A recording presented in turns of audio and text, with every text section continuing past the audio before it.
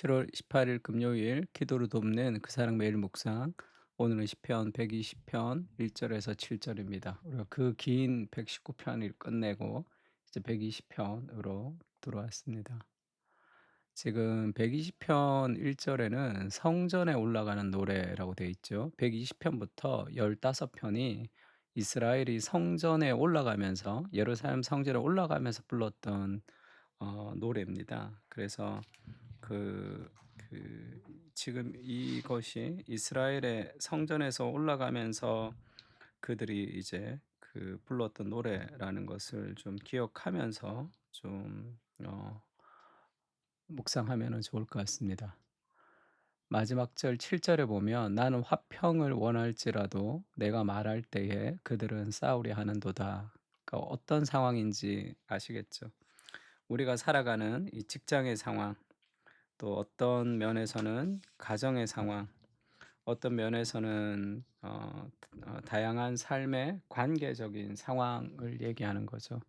나는 화평을 원하지만 그들이 그 나의 호의를 거절하는 그런 시대와 세상 속에서 우리가 어떻게 살아가야 되는지를 보여주고 있습니다. 나는 화평을 원할지라도 그들은 싸우려 하는도다라는 제목으로 말씀을 좀 나누려고 합니다. 거짓으로 둘러싸인 세상 속에서 우리가 어떻게 살아가야 되냐 하면 첫 번째 하나님의 정의를 확신하는 거죠. 하나님의 통치, 하나님이 다스리신다. 그렇게 보이지 않는 세상 속에 악이 승리하는 것 같은 세상 속에서 답답하지만 우리가 인내할 수 있는 이유는 하나님이 반드시 정의를 세우실 날이 온다라는 것을 기다리는 겁니다. 그래서 내가 환난 중에 여호와께 부르짖었더니 내게 응답하셨도다. 그런 악이 창궐하는 세상 속에서 우리는 기도해야 되죠. 하나님이 환난을 끝내주시고 그러면 하나님의 때에 악은 스스로 멸망하게 되어 있습니다. 악은 그 악으로 자신을 넘어뜨리는 경우가 많죠. 그것이 우리의 생각과 조금 다를 때가 있죠. 시간이 잘 맞지 않을 때가 있지만 하나님의 공의로운 정의와 하나님의 심판을 우리가 확신하면서 기도할 수 있는 거죠. 여호와여 거짓된 입술과 속이는 혀에서 내 생명을 건져 주소서.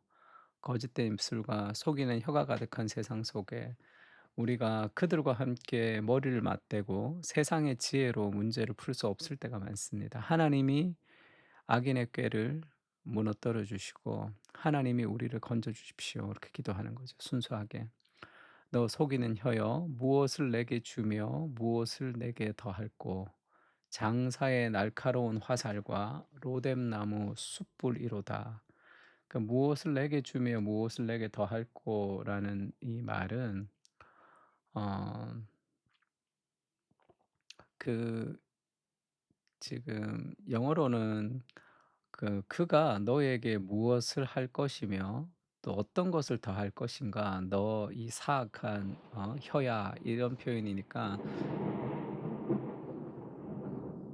천둥 소리가 막 들리는데 지금 그 너무 천둥 소리 때문에 정신이 없네. 지금 수련회 제가 서천에 가야 되는데 비가 많이 온다 그래 가지고 좀 기도해 주시면 건강하게 잘 갔다 오겠습니다. 그 하나님이 너에게 뭐 해줄 것인가? 그 하나 너 속이는 혀야 결국 너에게 하나님이 심판할 것이다. 지금 그 얘기를 하는 거죠. 그래서 장사의 날카로운 화살과 로뎀나무 숯불이 너를 기다리고 있다. 뭐 그런 의미인 것 같습니다. 그러니까 하나님의 정의를 확신하는 거죠. 그는 죄를 범하지 아니하시고 그 입에 거짓도 없으시되 욕을 당하시되 맞대어 욕하지 아니하시고 고난을 당하시되 위협하지 아니하시고 오직 공의로 심판하시는 이에게 부탁하시며 할 때 우리가 뭐 어떤 정의로운 행동을 하지 못할 정도로 그런 어려울 때가 있죠. 그럴 때 공의로 심판한 이에게 기도할 수 있다는 것이 우리 삶의 여러 가지 억울함과 아픔들을 해결할 수 있는 첫 번째 방식입니다. 그리고 로마서에는 내 사랑하는 자들아 너희가 친히 원수를 갚지 말고 하나님의 진노하심 맡기라 기록되었으되 원수 갚는 것이 내게 있으니 내가 갚으리라 주께서 말씀하시니라. 그러니까 복수, 원수 갚는 것은 우리에게 있지 않습니다. 우리가 해야 할 일은 아닌 거죠. 이것은 어떤 죄를 그냥 눈 감아 주라는 것이 아니라 사적 복수를 얘기합니다. 공적 집행을 위해서 우리도 노력해야 되죠, 법정에서.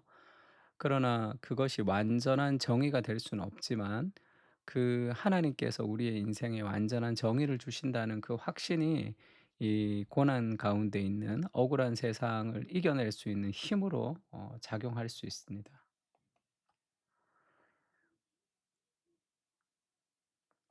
그래서 우리가 그 뭐 민주화 운동하면서 사람들이 많이 죽었을 때도 그 "오 주여 이제는 어디에?"라는 그런 가스펠 많이 부르고 했죠.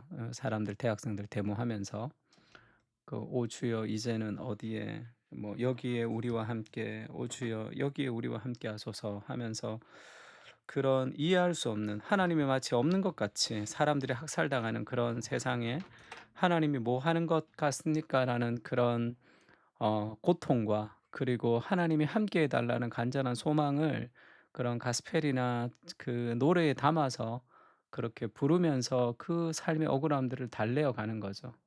하나님의 때에 또 하나님께서 심판하시며 결국은 하나님의 시대를 만들어 가시는 분이시다는 것을 인내할 필요가 있습니다. 오늘의 삶 속에서도 마찬가지겠죠. 그리고 거짓으로 둘러싸인 세상 속에서 우리가 믿음으로 인내할 수 있는 힘이 거기 있는 거죠. 그리고 우리가 그들과 똑같은 삶이 아니라 다른 삶의 방식을 살아가야 되는 겁니다. 그러니까 매색에 머물며 계달의 장막 중에 머무는 것이 자신에게 화가 되었다는 거죠. 왜냐하면 내가 화평을 미워하는 자들과 함께 오래 거주하였도다. 나는 화평을 원할지라도 내가 말할 때에 그들은 싸우려 하는도다.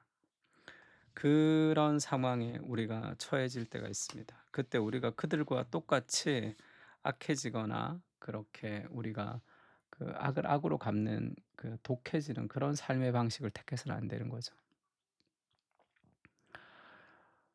믿지 않는 자와 멍에를 함께 하지 말라. 그래서 우리가 다른 삶의 방식. 그 베드로전서는 너희가 이방인 중에서 행실을 선하게 가져 너희를 악행한다고 비방하는 자들로 하여금 너희 선한 일을 보고 오시는 날에 하나님께 영광을 돌리게 하려 함이라 하면서 악한 사람들이 가득한 세상 속에서도 우리는 하나님의 백성으로서 선을 꾸준히 행해라. 그렇게 얘기하죠.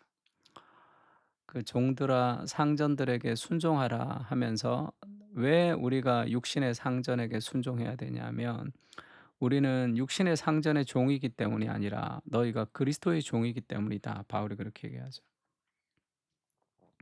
우리가 그리스도의 사람이기 때문에 우리의 과정 또한 하나님이 원하시는 삶의 과정을 밟아야 됩니다. 예수님도 마찬가지죠. 예수님이 너를 위하여 너희를 위하여 고난을 받으사 너희에게 본을 끼쳐 그 자취를 따라오게 하셨다. 우리에게 모델이 되셔서 우리가 예수님을 따라오도록 하신 거죠. 인간으로 오신 예수님이 죄를 범하지 아니하셨지만 또 그 입에 거짓이 없으셨지만 욕을 당하시고 근데 맞대어 욕하지 않고 고난을 당했지만 위협하지 않고 오직 공의로 심판하시는 이에게 심판을 부탁하시며 친히 나무에 달려 그 몸으로 우리 죄를 담당하셨으니 이는 우리로 죄에 대하여 죽고 의에 대하여 살게 하려 하심이라. 그가 채찍에 맞음으로 너희가 나음을 얻었나니 너희가 전에는 양과 같이 길을 잃었더니 이제는 너희 영혼의 목자와 감독 되신 이에게 돌아왔느니라. 어떤 고통하는 세상 그리고 그런 좋지 않은 환경을 변화시키려면 그 악과 악을 상대해서 함께 갈등하고 소리를 높여야 되는 것이 아니라 그리스도의 방식으로 한 알의 밀알로 썩어서 죽어야 되는 일들이 있습니다. 그러니까 그때 그 공동체가 변화되고 회복되는 일들이 있죠.